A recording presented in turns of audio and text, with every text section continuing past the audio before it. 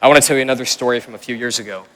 And one of the things that I love about this story and that I learned in the wake of it and in the wake of many other encounters is the fact that dignity is not a fruit of the Spirit. It's the fact that God cares about our emotions, but He is very, very okay with putting me, it seems like, in any position, in any place, in any scenario, to reach His lost sons and daughters. 2 Samuel 14:14, second half of that verse says that God devises ways so that a banished person would not remain estranged from Him. And often, even in things you realize in your life that you believe are entirely coincidental or accidental, things that you're in that you think this is horrible, this is going to kill me, what am I doing here, what's going on? God is actually moving, I don't know if provident is a word, providently, in the midst of it, and sovereignly, with this beautiful puzzle piece that in the midst of it, we don't really see, but on the other side, we can look back and notice this fingerprint of Holy Spirit in the moment. So a few years ago, I was visiting my family. I'm from deep South Georgia, by the way. Anyone from Georgia in the room? No? All right, that was awkward. Well, I'm from deep South Georgia, and I know you can't really tell because unlike my good friend William Wood, the Lord had mercy on me and spared me from the strong Southern accent. But if my family were here, they could probably audition for the cast of Duck Dynasty. And I was visiting them a few years ago, and we live sort of on the edge of the woods. I decided that I was going to take some time in the afternoon and go on a long prayer walk. It used to be one of the main ways that I would spend time with God. And I hadn't really done something like that in a little while. And so I got my phone, and it didn't have a lot of battery, but I thought it would be okay. Put in headphones and turned on worship music and just decided to walk and pray. And for whatever reason, I guess I felt a little bit adventurous and thought I want to go and walk into the woods. Now, I'm not really a very woodsy guy. I'm an air conditioning, Netflix, and recliner kind of a guy. My younger brother, is the exact opposite of me. Everything he owns is camo or bright orange. And so he's a very avid hunter, and I'm not. So I decided, you know what, I'm going to try it out. I'm going to just walk around the woods and worship and pray. And I did this, and it was getting late. It was getting really dark, and my phone was about to die. And I realized in the midst of all the prayer and everything that not only it's beautiful to get lost in worship, it's not so beautiful when you're literally lost geographically, physically. And so I was there, lost. It's getting dark. I don't know how many of you have ever been in the woods at night, but there are some times where it is darker than dark. You can't see your own hand in front of your face. And we've got coyotes, we've got snakes, we've got a lot of little demonic creatures around that I don't really want to be fellowshipping with. And so I'm thinking, oh, Lord, I'm lost. What am I going to do? How am I going to get out of here? And my phone was dead. I didn't have a signal anyway. If it was on or in the woods, couldn't GPS my way out. And I remembered from my brother several years back, him telling me, if you're ever in the woods sometime and you're lost and you don't have a compass, or if you do, you can't see it, and just look for any light and follow it. And so we have hardly any neighbors, and they're pretty spaced out, the few that we do have. And so I thought, you know what, if I see a light, it's probably one of them, and it's their porch light or something, and I'll ask to hop on the back of their four-wheeler or something, and we'll go home. And so I wandered around, finally saw a light, started following it, got a little closer, and finally got close enough to see it wasn't a porch light, it wasn't something like that, it was actually a campfire. And so I'm like, oh, even better. The people that they maybe have I don't know, an RV or camper or something here, and I can be with them, and they'll help me get out. And I got closer and closer, and I finally got close enough. It was very, very dark. Finally got close enough to where I could kind of make out what was happening a little bit. I saw that there were 10 people that I discovered. There were 10 women standing in a circle around the fire with black hoods pulled up over their heads. And so it was literally a witch coven that was there in the woods. There's somebody here, I don't know if she's in the room, that I was talking to yesterday, I believe, that had a really similar situation around the same area.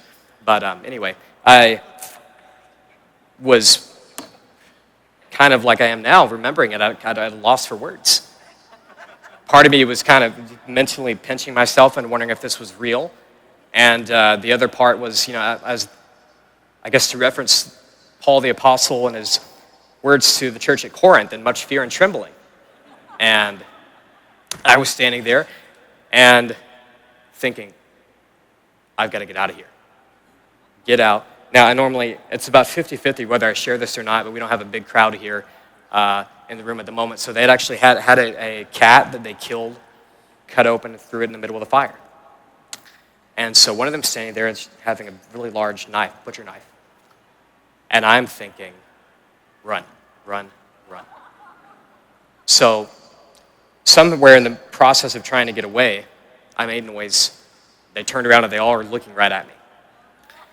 And the one girl in the semi-middle out of the 10 looks at me and she says, "What are you doing here?" Now, I remember in my earlier times of revival reading, finding out about people like the late Smith Wigglesworth, who's been such an inspiration to me. And I remember one story in particular that I don't remember Smith himself was recalling, or maybe one of his assistants, someone that knew him, where he wakes up in the middle of the night and Satan is reportedly standing, I believe, at the foot of his bed. And he does something like, "Oh, it's just you," and rebukes him, and he just goes back to sleep. And I remember reading that and thinking, that's me. That's the kind of boldness I have. And I sincerely thought, if I find myself in that kind of a situation, I'm gonna be bolder than Smith. I was, and so this is what I always thought I would be like. Not so. My brain was screaming at my legs, "Run, run, run!" And I was stuck. I couldn't move. I couldn't speak. I remember, how many of you are fans of the Marvel movies?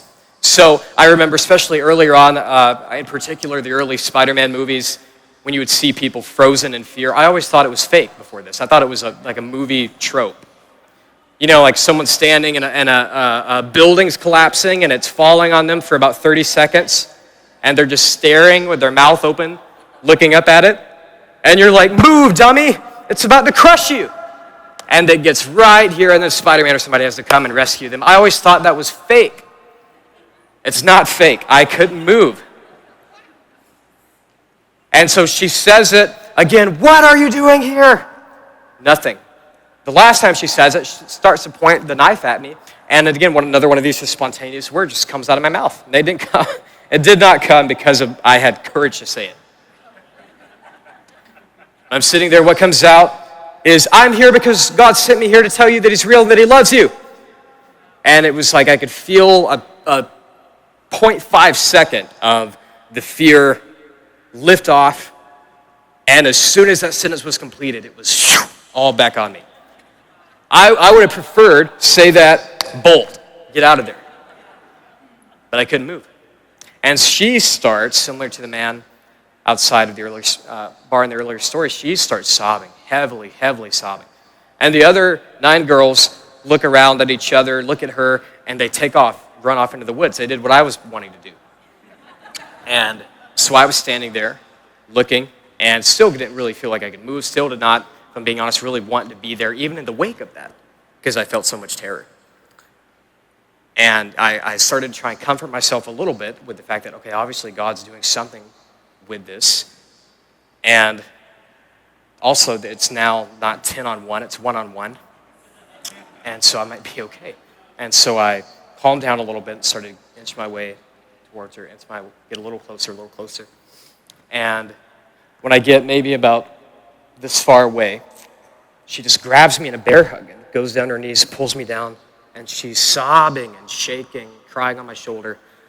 And her breathing's, of course, very exasperated from crying very heavily, and she catches her breath and starts to tell me about what happened. And it turns out that her mother raised her Christian. And not only raised her Christian, but raised her Pentecostal. And so she began experimenting in earlier years with Ouija boards, with Reiki, some things with therapeutic touch, a bit New Age crystals, tarot cards, and soon escalated very much into deep occultic activity. Now, that's a rabbit. I'm not going to chase it. So she's in this context. And she's explaining to me how for the past several years she had completely lost faith and did not even believe that Jesus, as the Lord, as a deity figure, was even real anymore. She had been butting heads with her mother, arguing every day about this for the past year in particular. She lived upstairs, and she said, I would come downstairs every day and get into it right off the bat in the morning with my mom. And because her mother never stopped her intercession. And so she would tell her, sweetie, I'm praying for you that you'd know the love of Jesus. I'm praying for you that you'd know his heart for you, that you'd know his love. And so they would get into it at this all the time. And that morning she had come down the stairs, and listen to what I was talking about with recognizing the tapestry of the Lord's providence and what we think is accidental, and even in what we think is horrifying and terrifying, and what we look at and say, why would he put me in the midst of this? Wouldn't he keep me in a place of comfort if he was really good? That morning, she had come down the stairs, got into it with her mother, and she said, I wish you would know that he was real. I wish you would know his love for you. And she said, Mom, I wish you would just shut up with all of that. The only way I'm ever going to believe anything you're telling me is if someone were to come up to me tonight that says they're sent from God to tell me that he's real and that he loves me. And so in the midst of this terror on my end, not understanding on my end of everything in my interiority, not even wanting to be present, God loves her so intently and intensely that he's willing to send me on a mission of reconciliation, of restoration, to bring her back to him.